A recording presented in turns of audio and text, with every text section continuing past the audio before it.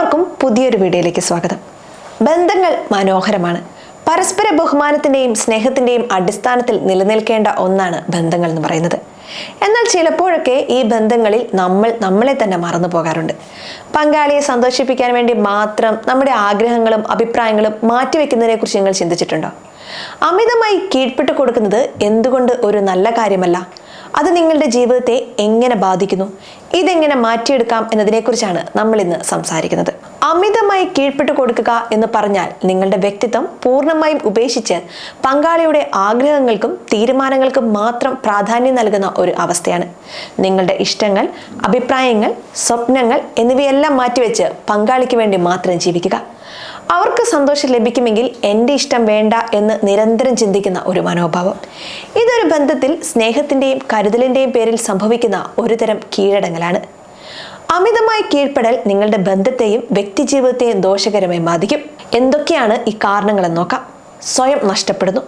മറ്റുള്ളവരുടെ ഇഷ്ടങ്ങൾക്കായി ജീവിച്ച് നിങ്ങൾ ആരാണെന്ന് നിങ്ങൾ തന്നെ മറന്നുപോകും. നിങ്ങളുടെ ഇഷ്ടങ്ങൾ എന്താണെന്ന് പിന്നീട് നിങ്ങൾ ഓർക്കാൻ പോലും സാധിക്കാതെ വരും.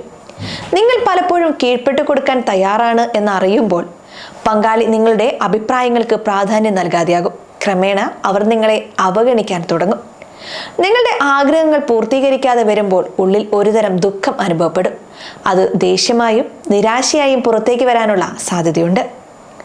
ഒരു ബന്ധം എന്നത് തുല്യമായിരിക്കണം. ഒരാൾ മാത്രം കൊടുക്കുകയും മറ്റൊരാൾ മാത്രം സ്വീകരിക്കുകയും ചെയ്യുമ്പോൾ ആ ബന്ധം ദൃഢമല്ലാതായി തീരും. പരസ്പര ബഹുമാനമില്ലെങ്കിൽ ആ ബന്ധം നിലനിൽക്കില്ല എന്ന് നമ്മൾ തിരിച്ചറിയണം.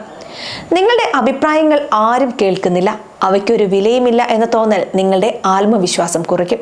ഇത് മറ്റ് ജീവിത മേഖലകളിലും നിങ്ങളെ ബാധിച്ചേക്കാം. ഇതെങ്ങനെ മറികടക്കാം? ഈ അവസ്ഥയിൽ നിന്ന് പുറത്തു വരാൻ ചില വഴികളുണ്ട്.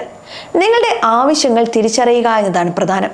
നിങ്ങൾക്ക് എന്ത് വേണം, നിങ്ങളുടെ ആഗ്രഹങ്ങൾ എന്തൊക്കെയാണെന്ന് ആദ്യം സ്വയം തിരിച്ചറിയുക. മറ്റൊന്ന് തുറന്ന് സംസാരിക്കുക എന്നതാണ്. നിങ്ങളുടെ പങ്കാളിയോട് നിങ്ങൾക്ക് എന്താണ് വേണ്ടതെന്ന് തുറന്ന് സംസാരിക്കുക.